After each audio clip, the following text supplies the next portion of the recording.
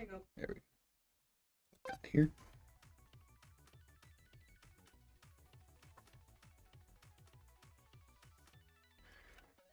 Oh, alrighty.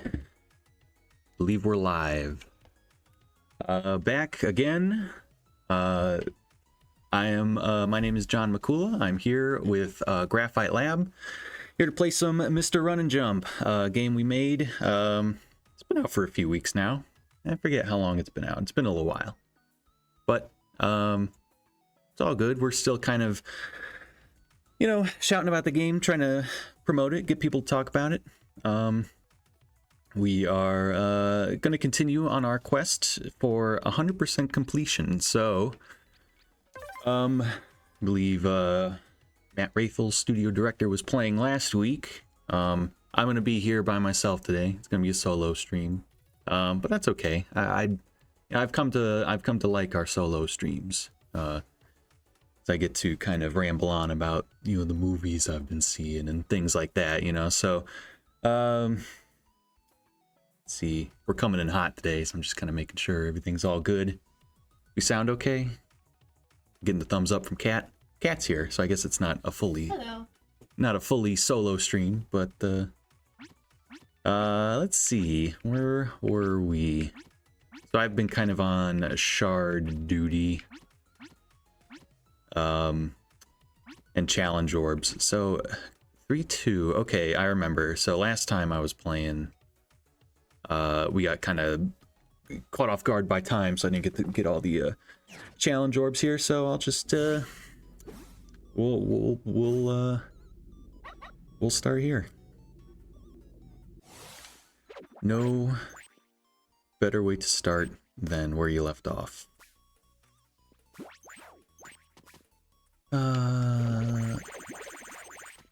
Let's see. Whoa. We don't got to worry about the shards. We just need the challenge orbs. I don't know. It said we had one already collected, but I don't remember which. So we'll just kind of poke around and see. Okay, so we got this one. Whoa.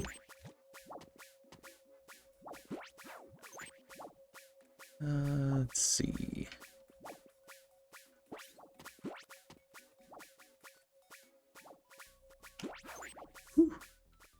Awesome.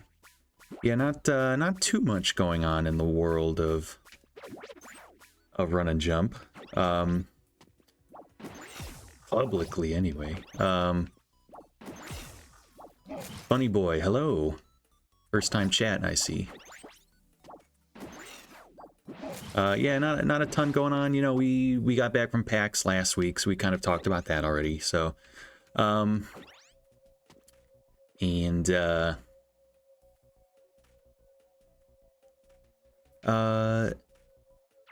yeah, not a ton of big news for Run and Jump. We were on, Graphite Lab also has Quamp 2 has been announced and has been playable at PAX as well.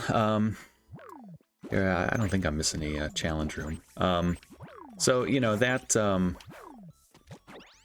I think is still a little ways off. So that will get streamed at some point. But while kind of, I guess, the media cycle is going on, we have to kind of be careful about what we talk about with that one. But so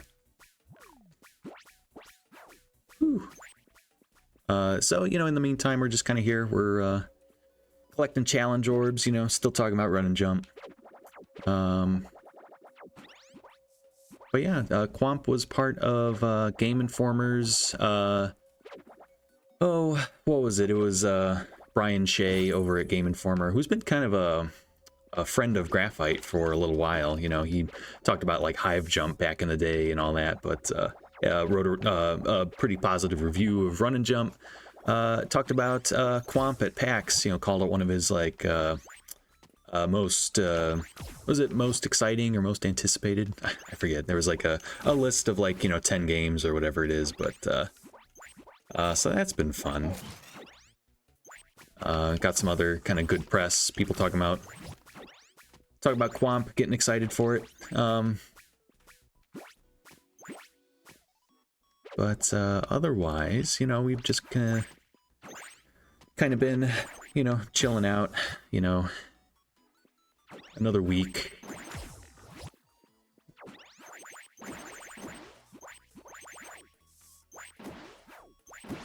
Oh, yeah, there's the last challenge room all the way at the end.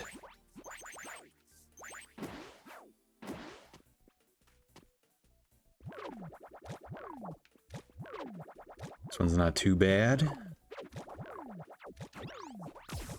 Not one of our nastier challenge rooms, so that's nice.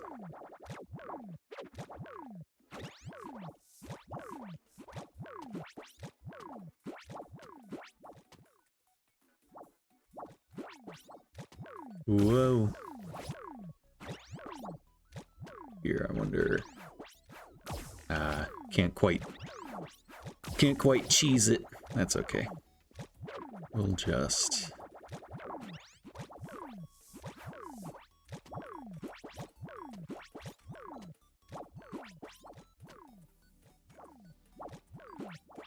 Whoa!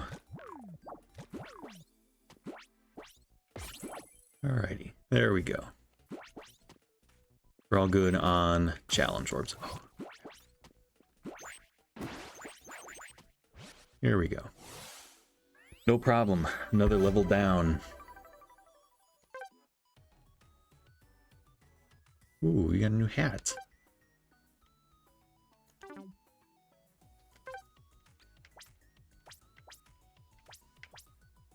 We've gotten a few hats.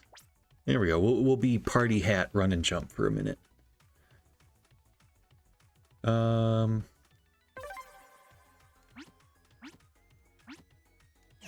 Let's see.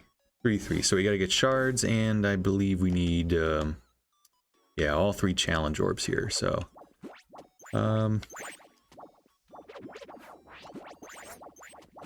we'll just we'll just get to it.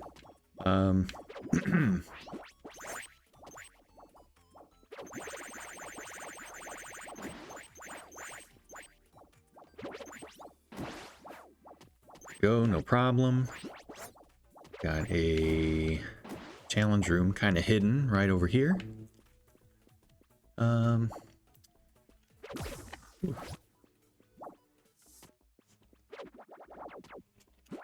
But yeah, let's see. Been playing some more Armored Core 6. That's been fun. So I actually made, you know, that's a game all about like mech customization. So I actually made a mech in that game. It's got like kind of these like backwards knee legs, which is kind of one of the leg styles or one of the major kind of determiners of like how a mech functions, right? It's like determines its like primary movement capabilities. So I have these like backward style legs, which are really good for jumping. You know, all mechs can kind of like, you know, they all have jets and they can hover, but I got these backwards legs. They're good for jumping. And so I made a mech that's themed after Mr. Run and Jump. So I made it, you know, he's like all white. He's got like kind of the purple kind of highlights and stuff like that. Gave him these like sick, you know, backwards legs. You know, he could jump, is really lightweight, so he can jump, dash, you know, dashing's a big part of this game. So he's got like, you know, the right kind of jets and the right color, and I gotta say, really fun to play. It's a really good play style if anyone is, you know, in the middle of Armored Core the way I am. But yeah, I gave it like, I was trying to figure out like what weapons would Run and Jump have, you know, because Run and Jump very, you know, very much deliberately is not like a violent character, you know. You know, Run and Jump's not about like shooting a guy, you know. But so in the end, I kind of chose like I was rocking like a plasma kind of. Well, I have some plasma rockets, so those are good because he's such a fast build that he kind of like dashes around, and then I can launch these like plasma missiles up off of my shoulder, and they go into the air, and then I don't have to like aim them super carefully, so I can kind of fire and forget. I've got like a laser pistol or something.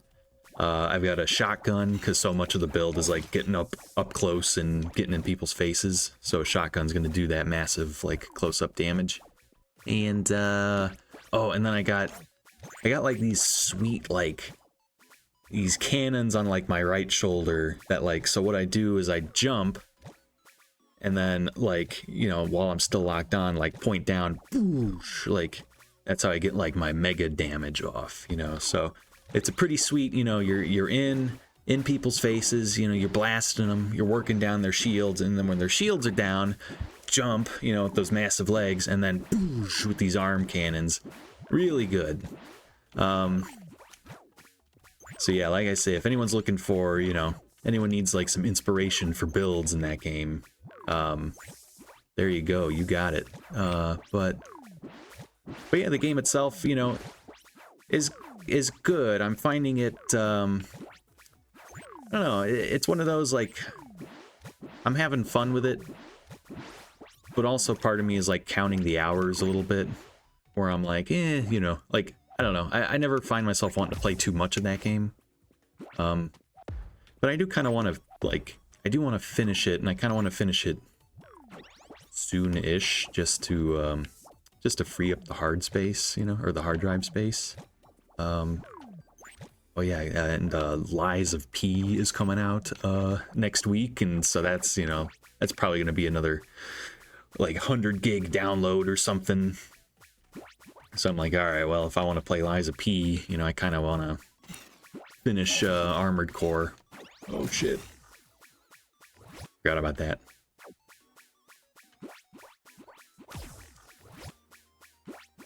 Oh, let's see. I forget the timing now. It's been a while since I've done this specific challenge room.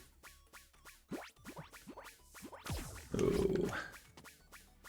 Let's see. Maybe... Okay. That worked. Whoa. Alright. That was good. No problem.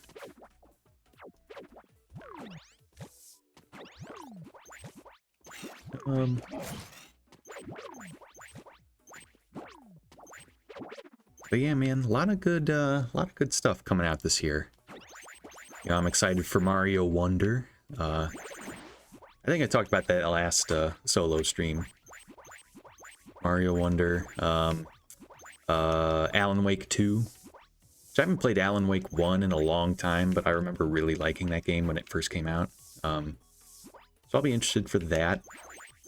There's been stuff like Stalker 2 and Space Marine 2, which don't have release dates, but they're supposed to be this year, but... So, I don't know. To me, you know, that just kind of means, like, yeah, probably not going to be this year. I think, GSC, the Stalker people, just said they had, like, a fire in their office, like...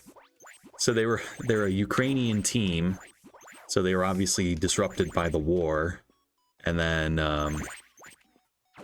I guess they moved their office to Prague, and then there was like a fire in there, so they put out like a message on Twitter, I think, or something, being like, like gonna be we're gonna be delayed probably yet again. So,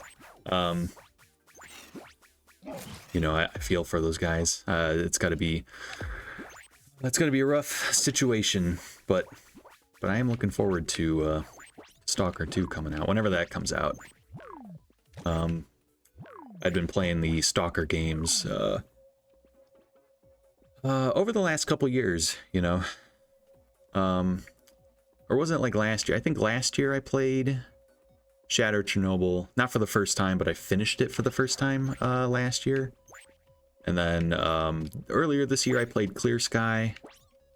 And then not too long ago, maybe a couple months ago, I played oh no, Pripyat, Fall of Pripyat. Those games, you know, it's a great trio of games, you know, if you haven't checked them out. Let's see. Oh, that was just terrible. Very different from Run and Jump, I suppose. But oh, you know what else I played? Speaking of platformers, I played Wario Land 2. I finished that not too long ago. I'm just gonna bank these shards, come back. I finished that like earlier this week. So I've been playing, yeah, these like the Wario Land game. So ever since no, so I've been playing on the Mister FPGA, if you're familiar.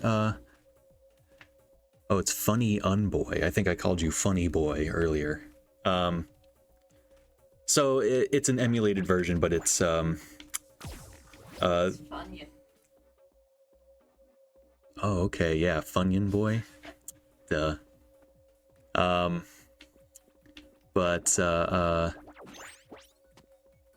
so it's a like, my understanding, it's a super like down to the bones like kind of chip simulator. Is like an FPGA. It's a fully programmable gate array, so it's like people use it to, like, my understanding, it was like a process, like, or it was like a little piece of hardware like students would use to like design and test like microchips, like while they were learning like how to build like microchips. And then people figured out, like, you know, this hardware was so specialized, like they could use it to, you know, emulate existing chips.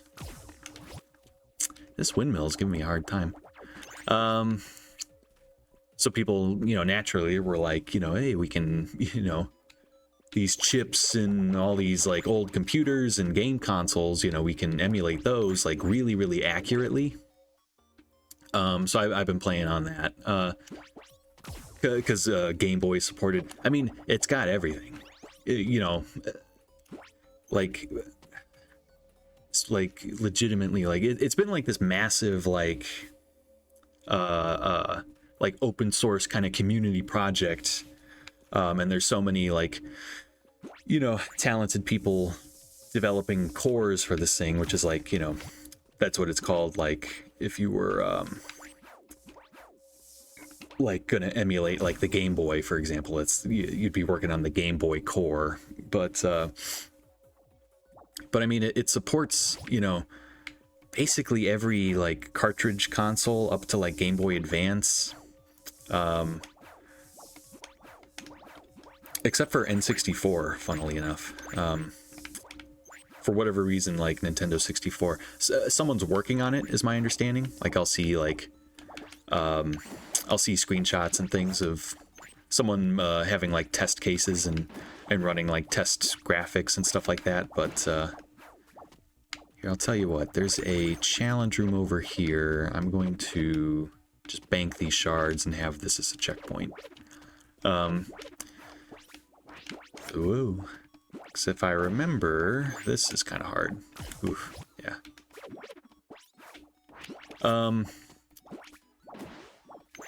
Okay, so I have to skip the bounce pad and then get back onto it. Oh, well, dodging the skull over here.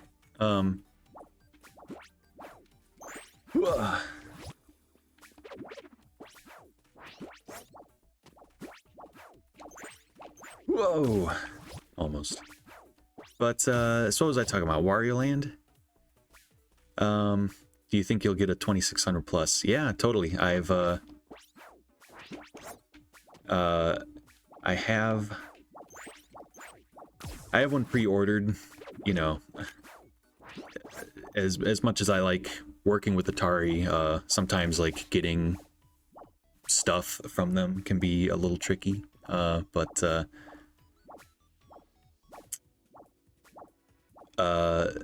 But yeah, so I've got one pre-ordered. I've got copies of Run and Jump Classic pre-ordered as well. So it's up to Amazon to get me that stuff. I don't have to rely on anyone at Atari actually shipping me anything. So that's nice. But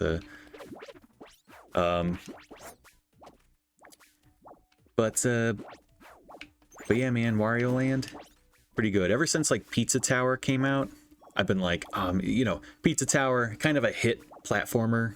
It came out earlier this year, and I've been like, I should really play that. But it's so like, it's like Wario Land 4 specifically is kind of the clear inspiration for that game. Like the clear and knowing inspiration for that game. So I'm like, well, am I going to play this, or would I rather? I don't know. I kind of like to have that like background knowledge before I play something like that. Whoa, man. shards today are giving me trouble. So I'm like, well, before I play Pizza Tower, let me play Wario Land 4. And I'm like, well, I'm not going to play Wario Land 4 without playing the other ones first. And it's like, well, you can't play Wario Land without playing Mario Land, because Wario Land is the third Mario Land game. So I've been kind of on this quest every now and then. I go back to these Game Boy platformers, and it's a ride, man. Like if you oh man, oh perfect, beautiful. Big fan of Mario Land games. Yeah, they're neat, you know. Like it's cool going through a series like that where each entry is so different from one another. Where like and it's so cool because Mario Land was a launch title, I believe, right? And so like you can see very clearly where they are like running up against like the or they are like they are like Mario Land is almost kind of like the use case or like the test bed for like what a Game Boy game can be. And in that way, it's kind of got some weird things where like the like, you know, you use tiles to like build out your game world like that or whatever. And tiles on consoles like that are usually kind of a like a built-in construct. And it's just like the tiles on the Game Boy are so small that when they make like, you know, oh, here's a mushroom, it's one tile big, it's like weirdly too small. And like Mario's too small, and it's just like an odd looking game, you know. And it's got some weird like issues where it's like feels like you're locked into a grid almost as you're like moving left and right. But then like as like it's cool seeing like as the series goes on like how much more advanced like they can look. So like Mario Land 1 has the problem where everything looks too small, but then like in order to fix that, they use more tiles to make up the characters and the world around them. And so Mario Land 2 almost looks too big, where like the sprites are too big, you like can't fit enough like level on screen at once, you know? And it doesn't make the game like unplayable or anything. Here I am just stalling as I wait for these guys to or wait for myself to build up the nerve to okay. Oh no. Okay, there we go.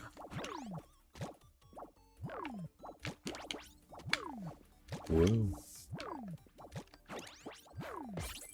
Man. Beautiful. All right. So they're interesting games, I guess, on that graphical level. But then, yeah, like Funyun Boy, as you say, like having a Mario game on the go, like you could totally see like how they are trying to do that philosophy where it's like, here's these gnats are getting to me. Where it's not just like, how can we have like the most authentic Mario experience? It's like, hey, how can we have a Mario game? Like, what does it mean to have a portable Mario game?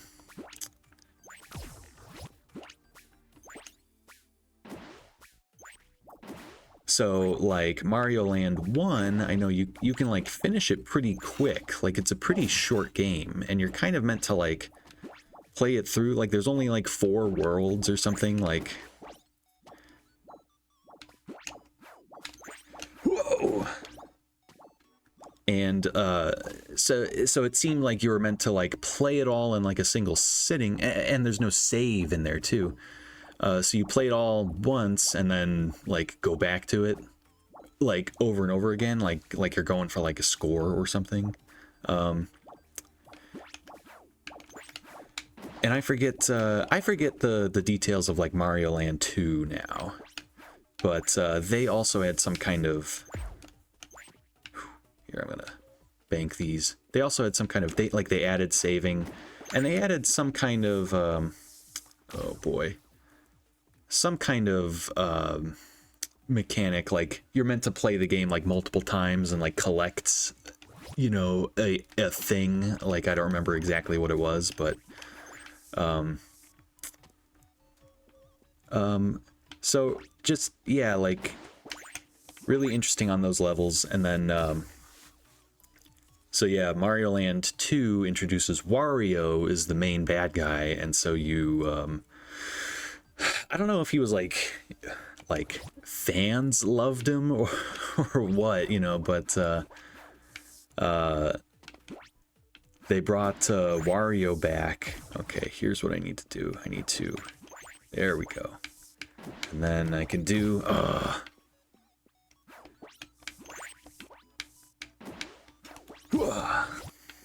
it's something like that. I forget exactly how to get these. Oh man, so close. Oh, whoops. So yeah, Wario is now like the protagonist of Mario Land 3, and then from there he kind of spins off into his own series of games. But so far, like these Wario Land games have been very different as well, where like 2 especially has been weird because you can't die in that game. Like there's no like, you know, getting hit by something and respawning. At least as far as I could tell. Like, I mean, it's like every time you get hit by an enemy, you lose coins, which coins are kind of like your metric for success. There we go. So it's like interesting, like you can go against a boss and you're just like it's just wailing on you and it doesn't really matter. If you don't really care about the coins, you know. Again, it's another thing where I think you're meant to play the game like multiple times, and levels have oh, here an ad is about to start. Here, maybe I'll give it a second.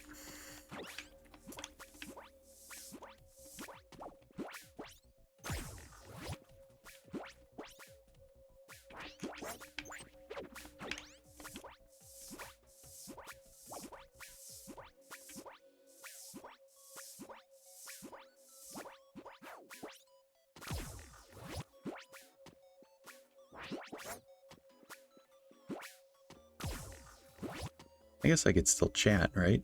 I guess ads going, but the VOD will see this. People on the VOD will see this. Maybe I'll chat to Kat. How you doing, Kat? Doing fine. Good.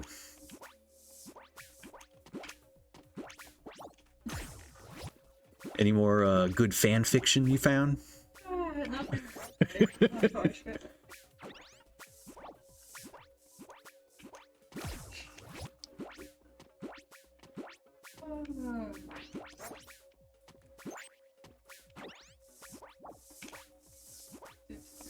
Only got a couple more seconds, then you're good. Cool.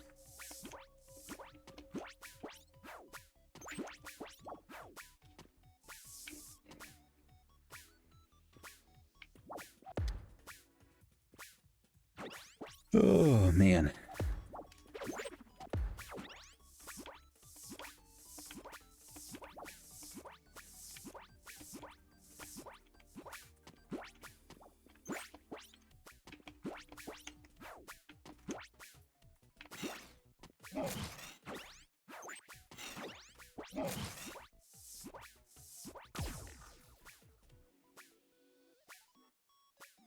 Okay, ads over. Nice. I guess if you're like subscribed, you don't see ads, correct? So that was probably not the right thing to just kind of shut up for, 30 seconds or whatever, but I don't know. Streaming still sometimes feels so new to me. I'm still learning, but that's okay. But yeah, man. Yeah, Funyun talking about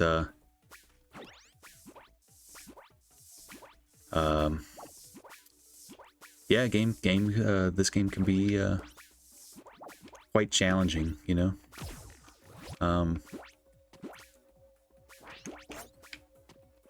quite challenging for sure, but yeah,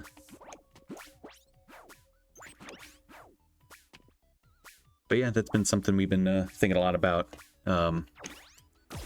as we look towards like future projects and things like that. Is like, okay, like, and so much of the challenge of run and jump comes from like, well, we were translating, the 2600 version, which is also like fairly difficult.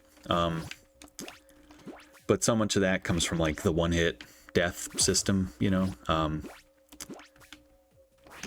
And there's plenty of nuance to like how we've done like level design and stuff like that also leans into it. You know, we were, you know, definitely trying to lean into, I guess, some of the precision platformer tropes, but really that came as a product of trying to like modernize the 2600 version. So ideas like the one-hit death, you know, and kind of respawning at the start of rooms and stuff like that, like all kind of comes about as a product of the 2600 version. Whoa.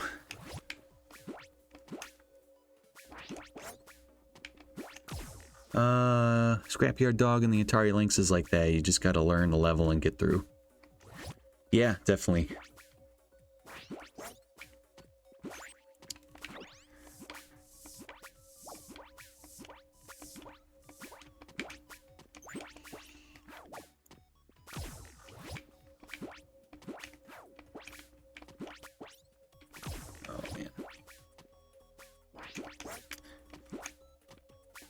And I maintain you could have a much easier time if you ignore the shards, but specifically we're going for the 100% run, so we have to get all these shards.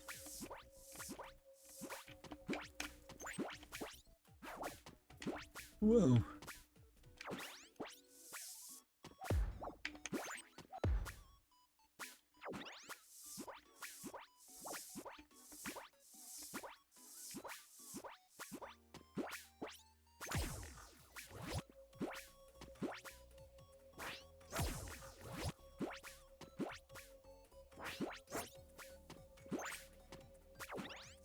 Man. But yeah, let's see. Earlier this week, I watched Planet of the Apes. First one, 1968's Planet of the Apes. Charlton Heston. I forget who else is in there. But, you know, it's got Zira and Cornelius and Dr. Zaius and all the apes. It holds up a lot better than maybe you would expect. Look at this Joker. You talking about that was just deleted. Talking about that ad. Yeah, I saw that. That was funny. Hey, you know, it means we're making it, right?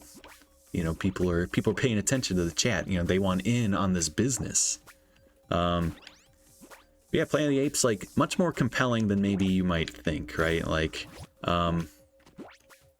even though it's supremely silly, you know, like, not even just like, you know, apes, you know, rule the world or whatever, but like, just like the premise of, you know, here's Charlton Heston, you know, they're in space, they're on some kind of space mission, they're traveling like near the speed of light. So, you know, they talk about this in the movie. They're like, oh, we're going to experience time way faster than people on Earth.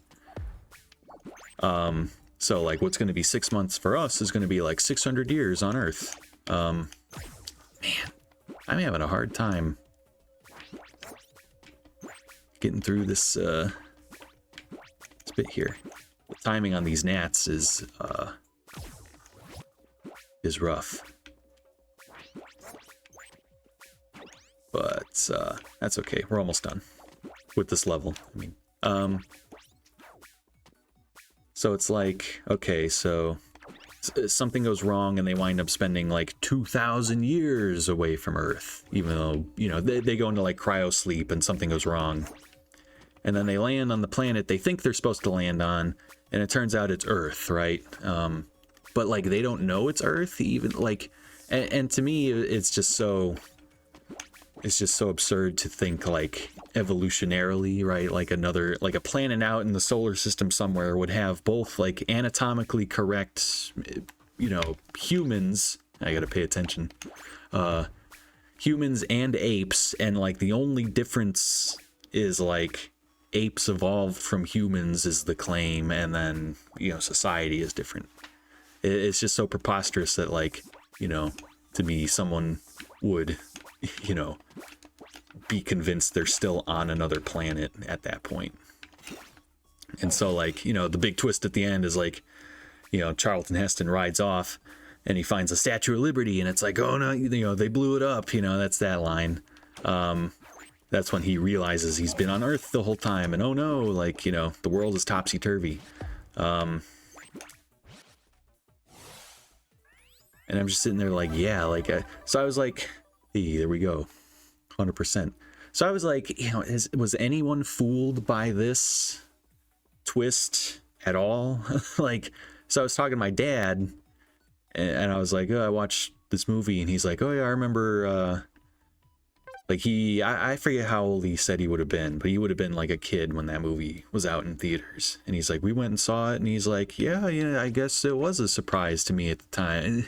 But he was a kid, you know, so he's like, I guess I was just a dumb kid. I didn't realize what was happening. And I'm like, otherwise, I'm just like, well, were people in the 60s, maybe, you know, I don't know, was just like, I don't know, like, was just sci-fi not hard enough for people to, you know, for, I don't know. I always kind of like chafe at the, you know, kind of, I guess, the Star Trek style of like, yeah, here are aliens, but they're just humans, right? Like, you know, and they just have like, oh, these are humans with like, they're blue, or they have like weird hair, or like big ears, or whatever. They're humans, except the one thing that's different about them. I always kind of chafe at that. I'm always kind of like, I'm glad it's like we haven't moved away from it fully, because you need kind of that like human analog if you're going to have like a relatable character or something, or if they're going to be like a stand-in for, you know, otherwise like humans or like minority groups or things, you know, the literary devices people use like aliens for. But and I get like Star Trek, obviously a show with a hard budget, has to kind of make do and all that stuff. But though, you know, I did see something recently that was kind of interesting, where it's like, you know, when they talk about how life would evolve on other planets, and they talk about like, you know, it might look more Earth-like than maybe we expect, you know, because like, you know, when we look on evolution on Earth, we find like a lot of species wind up evolving different features, even though they aren't fully related to one another, and they, you know, are like, you know, separate, yeah, carcinization, right? Like that's everything evolves into a crab. But it like, you know, a similar thing happens where it's like, hey, like, you know, you know, evolution like picks up like kind of the most efficient form to do a thing, right? So you'll see other features kind of evolve independently of each other, kind of all around the globe. So they kind of say like, yeah, if there's like a similarly terrestrial planet with like, you know, water, you might see like, you know, fish like, you know, creatures on there, you know, with like fins and all that stuff. So, you know, fins and tails and scales and stuff like that, and they won't be exactly the same, but might be like surprisingly similar. So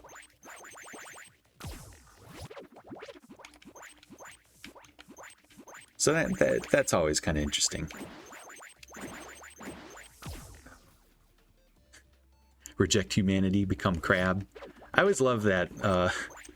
I always love when that comes up. I've been thinking about that, like specifically how things like evolve to become crabs, and I always thought it'd be kind of neat to like, you know, it's like a far-flung, like, you know, like, I don't know, some setting for a piece of fiction or something where it is like that far-flung future, and just like crabs have taken over, and it's just like, here's Earth so far in the future it's unrecognizable, but like a crab civilization has taken form somehow. I think that'd be neat. No. People crabs? Hell yeah. Yeah, man. Like, imagine it's Baldur's Gate 3, but they're all crabs.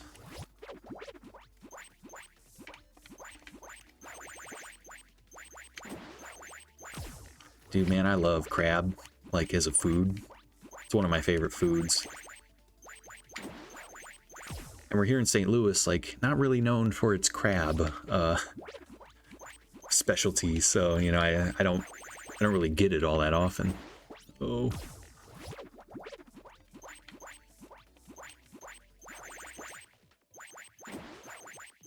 Oh, man.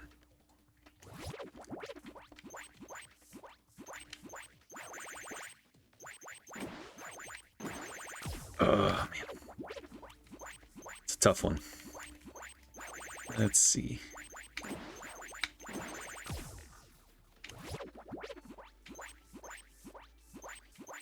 But yeah, Planet of the Apes. Surprisingly compelling, you know? You might think it's corny or hokey. The makeup is, like, good, you know? Like, it's... Like, the apes, like... I mean, they don't really look like apes. But... But it's a good... It's good enough that you, like, can buy into it, you know? You wouldn't, like, look at a screenshot from that movie and be like, wow, they got you know, real monkeys or whatever, but like they do enough to, like, expose, like, the humans' faces, like, you know, behind the masks, that you're able to see, like, their eyes widen and enough of, like, their mouths move, like, pretty well that like, you know, yeah, you're able to buy it. And Funny and Boy, I was talking about the first one. I've seen a handful of them, because there's like 5 classic ones, and then there's like the 3 new ones. I think I've seen like the like 2 of the new ones. I saw like Rise of the Planet of the Apes and is it War of the Planet of the Apes or something like that. And then of the classic ones, I just watched this. I watched the first one this week, and like way back in the day, I saw like Beneath the Planet of the Apes, and whatever the third one is. I forget what it's called, but it's the one where Cornelius and Zira go back in time to when humans rule the planet. It's one of those, like, now this is something like movies from the 60s would do, where it's like Star Trek 4 style, where it's like, oh, these characters are just in modern day. And so you got like Spock walking around like San Francisco, but it's, you know, like clearly just like phoning it in, of just like, you know, here's we didn't have the money to like build sets or get makeup or anything like that, and so we're just like, I don't know. They're in real life now, and it's like, ugh, okay. I know like Beastmaster 2 is like that, if anyone is familiar with the Beastmaster movies. Masters of the Universe. They made like a live action He-Man movie, I think in the 80s, where they do a similar thing where it's like, you know, okay, here's Dolph Lundgren. He's He-Man. But He-Man and Man-at-Arms and I forget some of the other characters, but they're in yeah. It's like they're in you know, they're in like Texas or something. And I think Skeletor doesn't go with them. I think he's in the beginning of the movie, but I don't know. It's a bad movie, but also kind of funny. Man, the timing on this is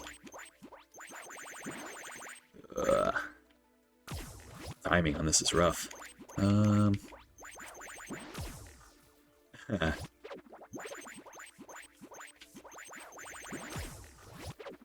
Yeah, Skeletor with a cowboy hat would be pretty good. Let's see. But yeah, man, so you're talking about which one's the best Planet of the Apes? I don't know, probably the first one. But you know what, those new ones are pretty good too. I haven't seen them in a long time, but that, like, as a trilogy, I think was pretty good. Like, when they show, like, Caesar and all that. Andy Serkis as Caesar the monkey. And the first time, I remember in Rise of the Planet of the Apes, the first time he goes, no, or whatever, like, you know, it was awesome. Like I remember seeing that in the theater. I'm like, yeah, hell yeah, but this monkey. But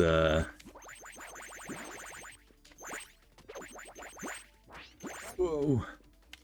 Okay, we're doing. Oh no, that was a good one. That was a good run.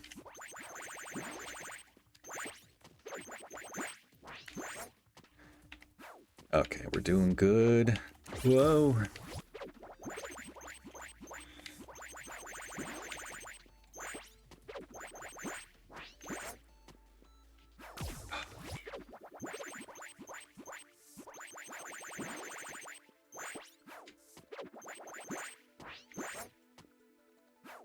Oh no.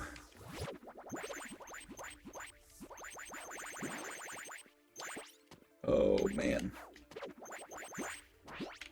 Yeah, this is when you get like, with the void here, you get like 0 tolerance, you know, if you,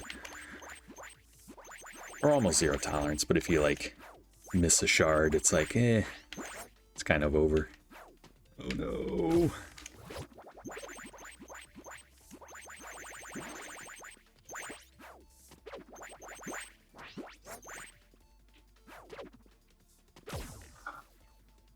Yeah, I say when the Run and Jump 2600 cart ships.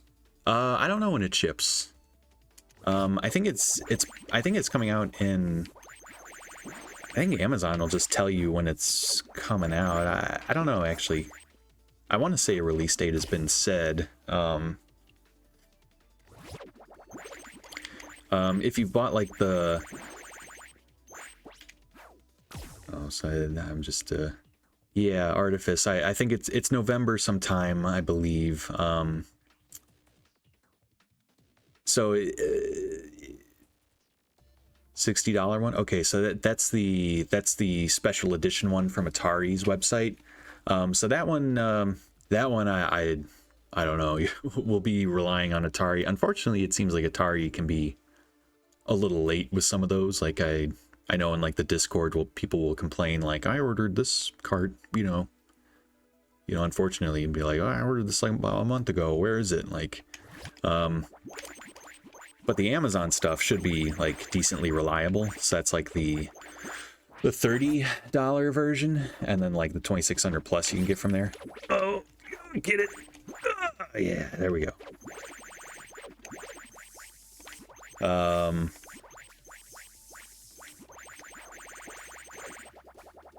Beautiful.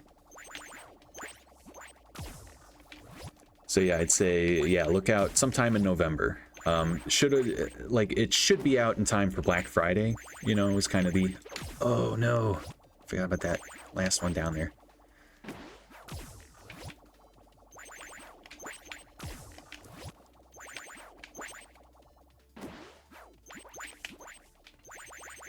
Oh man.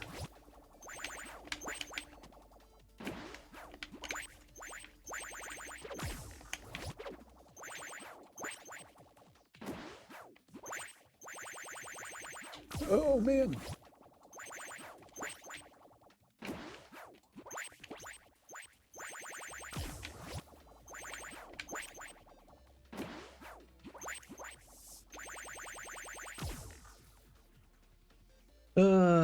What's it like working with Atari?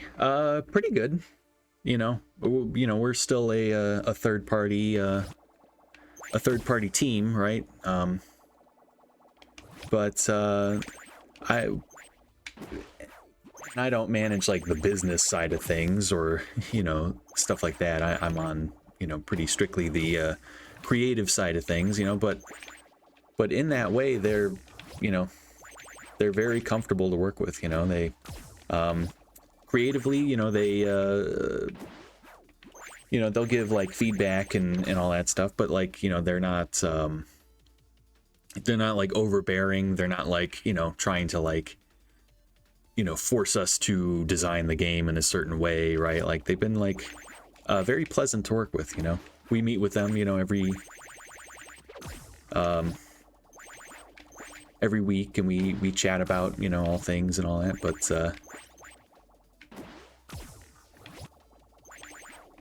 yeah, very, very nice.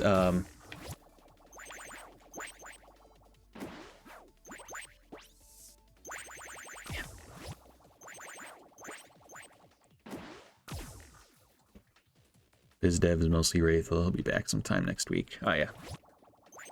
Yeah, studio director Matt Wraithel. Usually joins me on these streams, but he's doing, I don't know what he's doing today. Business stuff, presumably. You know, he's got his top hat and his briefcase, and he's pointing at graphs, and he's talking about synergy and things like that. You know, things business people do. That's what he's doing today. Oh man, this hallway here is giving me some trouble.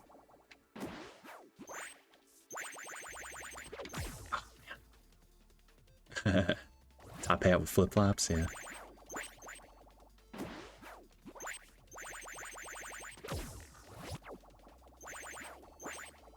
Yeah, the old flip-flops. Does Matt still wear, like, the white belt? We used to, that used to be, like, his thing. Like, he would come in with a white belt, and for some reason we would make fun of him. It's just terrible. I mean, it didn't look bad or anything. Like, that was, like, a thing when I started working, like, 10 years ago, for Graphite Lab.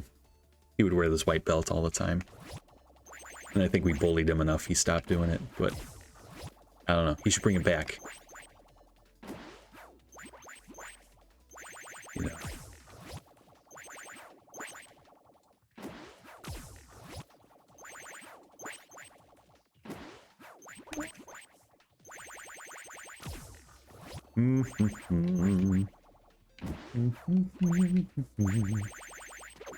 Oh man, might have to patch the game to get this last shard, I'll tell you.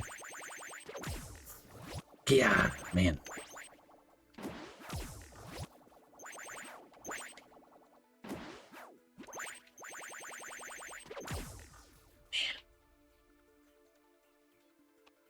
Let me just center myself. Oh man, I didn't even realize how late it was. 6 o'clock.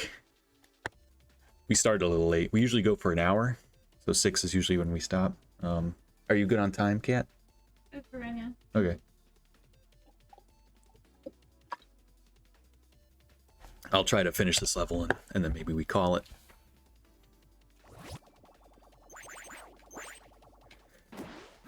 I made so much progress on these shards, and I want to lose it.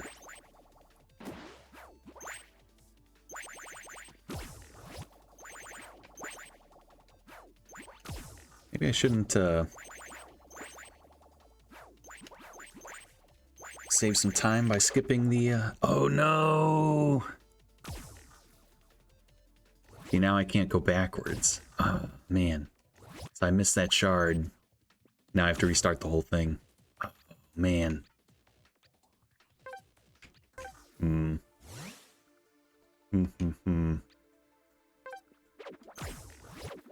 Here, we'll just keep going. I was having a good time.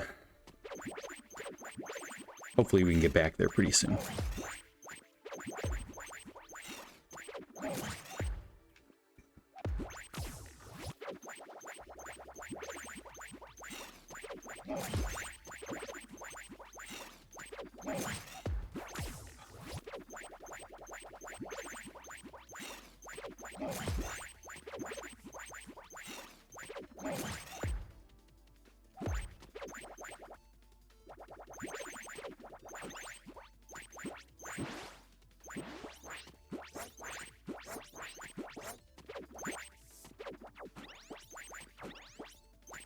Let's see.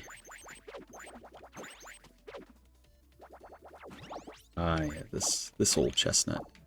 Yeah, Atari for sure pumping out a lot of stuff this year. Yeah, man, they've been having a busy year. I don't keep up with everything they're doing. You know, as a developer, we only know kind of what we're doing, you know. But yeah, they've definitely and it's been good, you know, because for such a long time they had such a kind of a rotten reputation, and I think a lot of people still kind of see them that way. But I think they're doing a good job of turning that around, you know. between like Night Dive, the Night Dive acquisition, and like the 2600 Plus, I think is getting, you know, they just bought Atari Age, which is nuts. They've got like Lunar Lander and Swamp 2 and New Haunted House all coming out. Atari 50 was well received.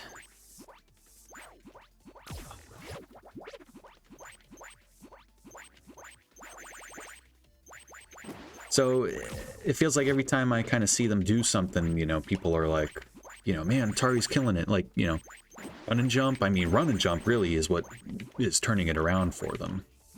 Whether they realize it or not, you know, it's that was kind of the yeah, that was kind of the tides of change came with Mr. Run and Jump, but so far it seems like their reputation is becoming more positive. Yeah, totally. I agree, and yeah, it's great to be kind of part of that wave, you know. And hopefully we'll be able to continue riding that wave here in the near future. Whoa. Oh.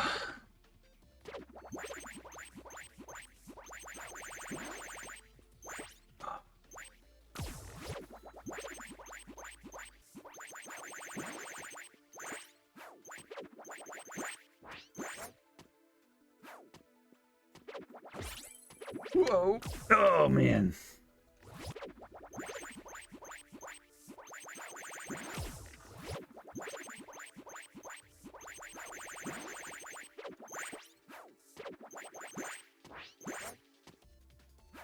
Oh.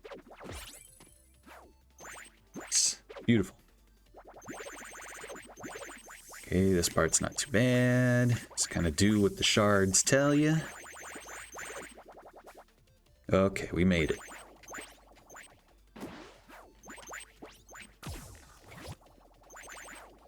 I think we could figure this out.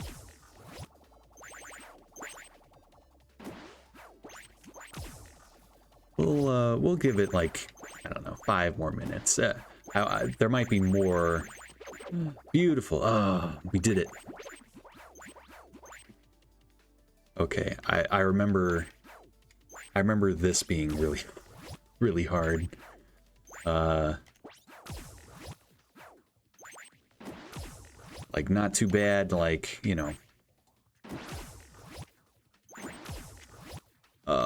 When you're not getting the shards, but when you're getting the shards... Oh, man. It can be a real nail biter.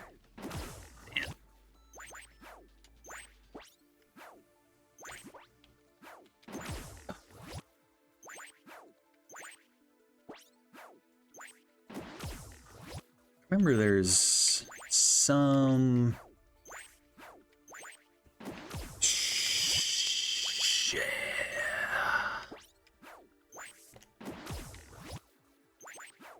There's a... I want to say there's a good technique to do this a little more reliably, but I don't quite remember. Oh, man. Okay, so you get down to the bottom. Got to do the short bounce dive maneuver.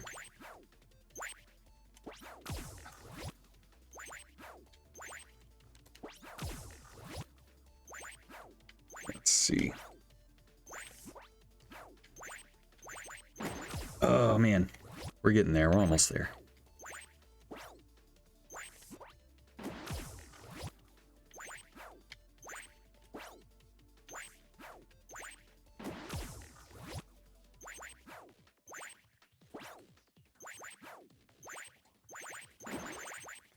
Ooh, nice. Beautiful. Okay.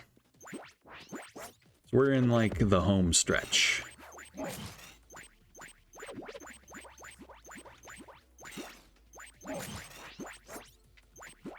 Dodge these guys. This part's no problem.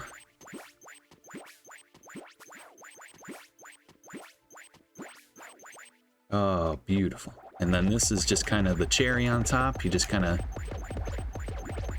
As long as you don't miss a shard, that's no problem. All right. Did we get everything? Yeah. Oh, we missed one challenge orb. All right. Well, the shards are kind of the hard part there. I don't know where that last challenge orb is. I forget. Did I miss it? I must have. I mean, I did. I missed it. No one in chat told me. Come on. I'm just teasing.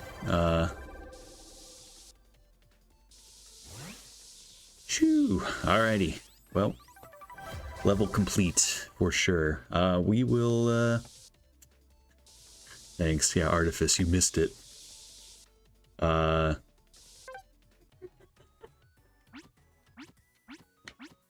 Good run. Otherwise, good stream.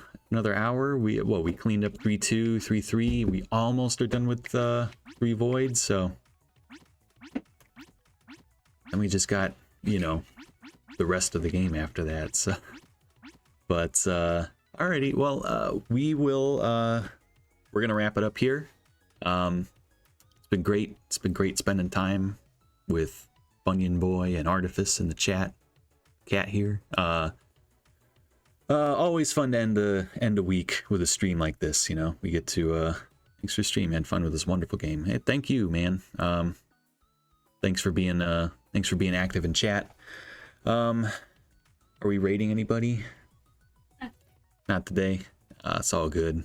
We'll get them next time. But yeah, we'll be back next week. You know, we're still doing this stuff every Friday, so watch out for us Friday, 5 p.m. Central Time. We go for about an hour, so but yeah, we'll be back with more run and jump, I believe. And yeah, it was a great time, and yeah, have a good weekend, everybody. We'll see you later.